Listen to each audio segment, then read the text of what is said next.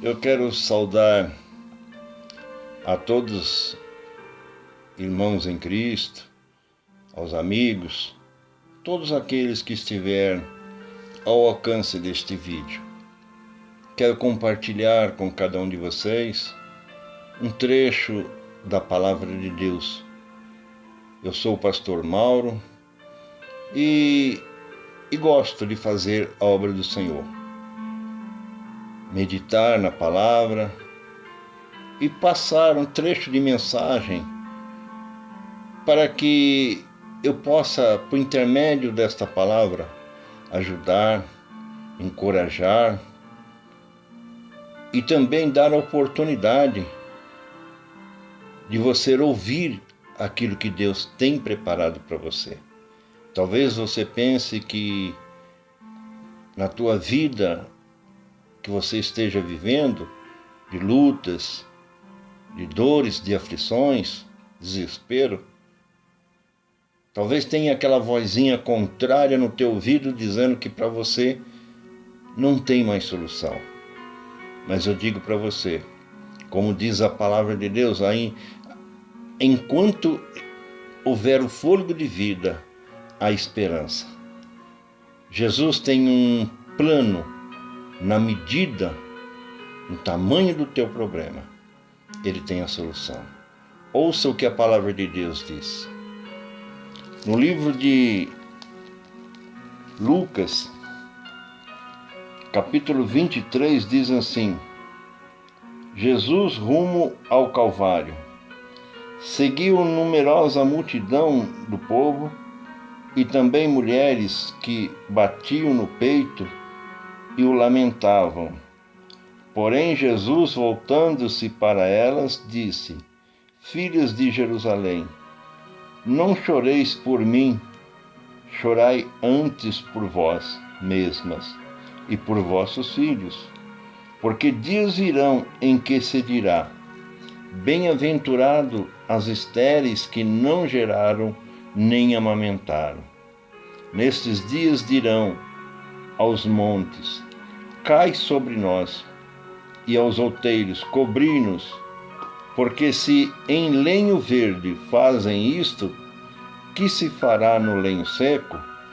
E também eram levados outros 2 que eram malfeitores para serem executados com ele. Amém? Então aqui que nós acabamos de ler é o trecho da palavra de Deus. E eu quero meditar com vocês neste exato momento e mostrar que as coisas, na realidade, não são como a gente pensa. Porque, na realidade, vocês vejam bem, a gente sempre interpreta as coisas de uma forma, mas o Senhor sempre tem uma forma diferente. Vocês vejam bem que ali, quando ele estava sendo levado, carregando aquele peso da cruz, tanto a mãe dele como discípulos, aquelas pessoas que o amavam, que sentia aquele sofrimento, estavam chorando por ele, de ver o que estavam fazendo com Jesus Cristo. Mas vocês vejam bem o que Jesus falou: Ó mulheres, não chorem por mim, mas antes chorai por vós mesma e por vossos filhos. Se ao madeiro verde se fazem assim, que dirá aos secos? Vocês notaram que Jesus acabou de explicar? Ali Jesus, ele não estava ali pagando aquele preço porque aqueles malfeitores prenderam ele, castigaram, bateram, surraram ele e acharam por bem crucificá-lo. Não. Eles achavam que estavam fazendo isso com Jesus. Mas se você analisar comigo, você vai ver que Jesus, quando estava lá em cima na glória, junto com o Pai, junto com o Espírito Santo, eles olharam aqui para baixo e não viram um justo sequer. E o pecado, a maldade, a imundícia, a podridão aqui na terra já estava tão mal, cheirando tão mal, que aquilo já estava chegando às narinas de Deus. E Deus não se satisfazia mais de holocaustos, sangue de animais, de bode, para a remissão dos pecados. Precisaria algo mais elevado. Precisariam algo muito mais acima do que sangue de bode, sangue de animais. E foi justamente nesse diálogo entre o Pai, o Filho e o Espírito Santo que houve um acordo. Quando Jesus se prontificou, por amor à humanidade, pagar esse alto preço. Ele pediu ao Pai que deixasse-o vir a este mundo e nascer de uma mulher, porque ele teria que sentir no corpo, na carne, as mesmas dores, as mesmas angústias, tristezas e aflições que nós sentimos. Ele precisaria pagar esse alto preço e dar um exemplo à humanidade. E teve a permissão do Pai. Então, é aí que eu quero que vocês entendam. Tudo que estavam fazendo com Jesus até o momento em que ele foi crucificado, não é porque ele era franzino, não é porque ele era simplesmente um homem de pequena estatura ou assim, sem força, que prenderam, que castigaram, que bateram, que judiaram nele, não. Ele estava entregando-se a si mesmo, porque ele já veio com este propósito. Ele já desceu aqui neste mundo, e a partir do momento que ele nasceu de uma mulher, ele já estava ciente de tudo que iam fazer com ele, de tudo que no decorrer da vida dele, ele iria suportar. É por isso que ele disse: ó mulher, não choreis por mim, mas antes chorai por vós mesmos e por vossos filhos. Por que ele disse aquilo? Porque ali ele tinha se proposto a pagar um preço. E quando a gente tem um propósito de assumir uma responsabilidade e levá-la até o fim, a gente não reclama. Por quê? Porque a gente está ciente do compromisso que fez. E Jesus fez esse compromisso com o Pai e com o Espírito Santo, de suportar essas dores, as lutas e os sofrimentos, as perseguições, até chegar na cruz do Calvário. E vocês sabem que o fato dele dizer: chorai antes por vós mesmos e por vossos filhos, é porque na realidade, após a morte dele, o mundo ainda ia passar por grandes aflições, por grandes lutas, grandes tribulações. E hoje está se cumprindo aquilo que Jesus falou para aquela mulher. Hoje você pode notar quantas mães estão chorando pelas dores, pelas aflições de um mau casamento dentro de casa, por ter um mau esposo, ou o esposo, uma má esposa, estão gemendo, estão chorando por si mesmo, por causa das dores, das aflições, do desespero, da aflição. E quantas mães estão chorando por vossos filhos, que estão nas drogas, estão no mundo do crime, estão no mundo da prostituição, estão morrendo aí na mão de bandidos, de policiais. Quantas mães estão chorando por si mesma e pelos vossos filhos. Está entendendo? Por que Jesus disse: chorai antes por vós mesmos e pelos vossos filhos?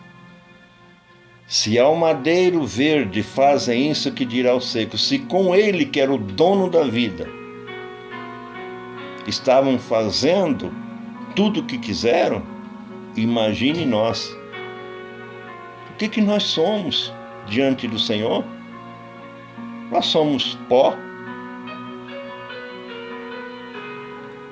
E a partir do momento que se perde o fôlego de vida, se perde a vida deste corpo, que vale esse corpo? É como um lixo jogado à beira da rua, num córrego, num monturo. Tanto é que põe num caixão e põe a 7 palmos abaixo da terra, que é para não cheirar mal. Quem somos nós?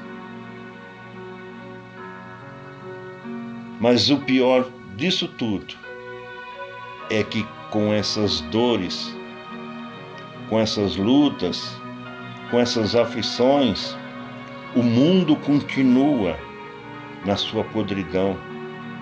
O mundo continua na sua imundície, no seu pecado. Por quê? Porque este mundo jaz no maligno. Satanás está de vento em polpa, rugindo como leão, procurando a quem possa tragar, porque ele sabe que o final dele está próximo, que a vinda do Senhor está próxima e que em breve Satanás será esmagado como a cabeça da serpente. Mas mesmo assim, a humanidade não se converte. Mesmo assim, a humanidade não se arrepende dos seus maus caminhos. Mesmo assim, ainda há pessoas que zombam de Deus, que fazem pouco caso do sofrimento de Jesus Cristo na cruz do Calvário e têm até prazer de trabalhar para o diabo, em centros de macumba, em terreiros de umbanda, na feitiçaria,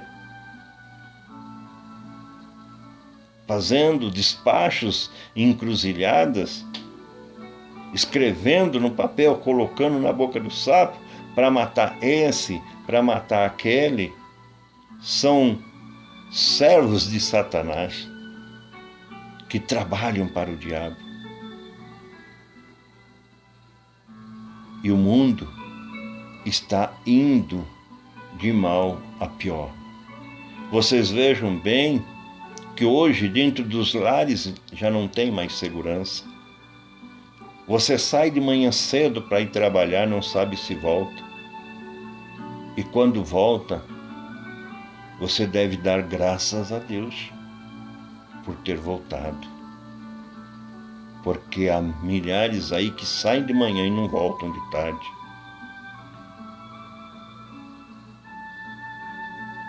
Eu pergunto para você, você já pensou no que será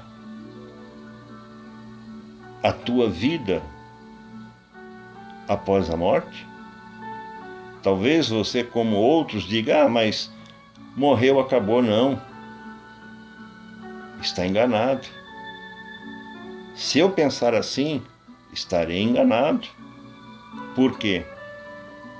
Porque na realidade, após morrermos para este mundo, aí é que vai começar realmente a outra vida, seja ela para a vida eterna, ou seja, para a condenação eterna. Aí é que ela vai começar realmente a existir.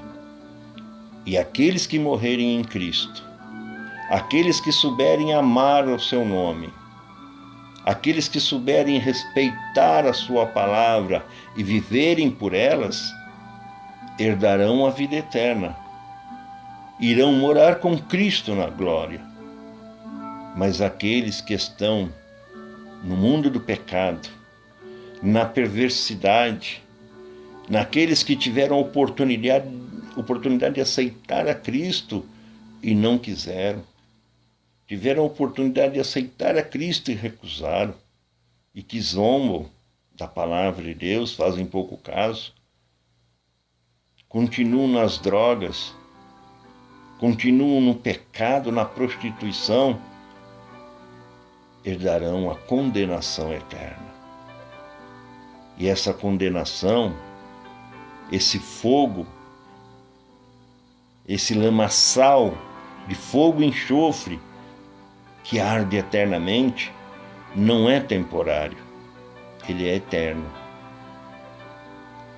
E ali onde a palavra diz que o fogo não apaga e o bicho não morre, sabe qual é esse bicho que não morre?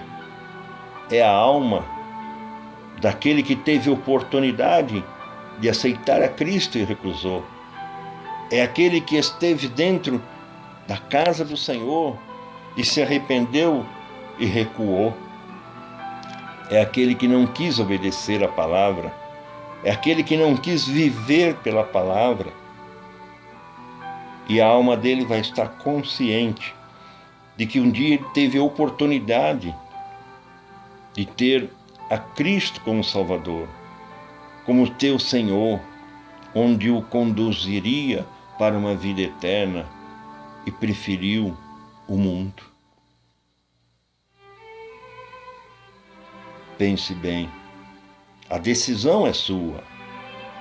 Deus não tem prazer nem na morte do ímpio, porque o objetivo de Deus foi permitir o sacrifício de Jesus Cristo neste mundo por tudo que ele passou até chegar na cruz do Calvário.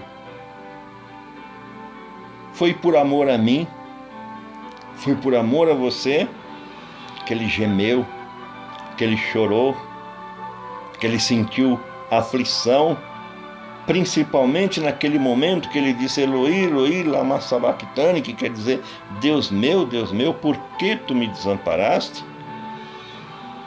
Ele sentiu só. Ele sentiu aquela aflição de achar que o pai o tinha até abandonado. Não, mas o pai não o abandonou. O pai não pôde continuar contemplando o que estava em cima do filho dele. Aquele castigo que nos trouxe essa paz é que estava sobre Cristo na cruz do Calvário. Em nenhum momento Jesus colocou em dúvida se valeria a pena o sacrifício ou não, se nós iríamos saber reconhecê-lo ou não.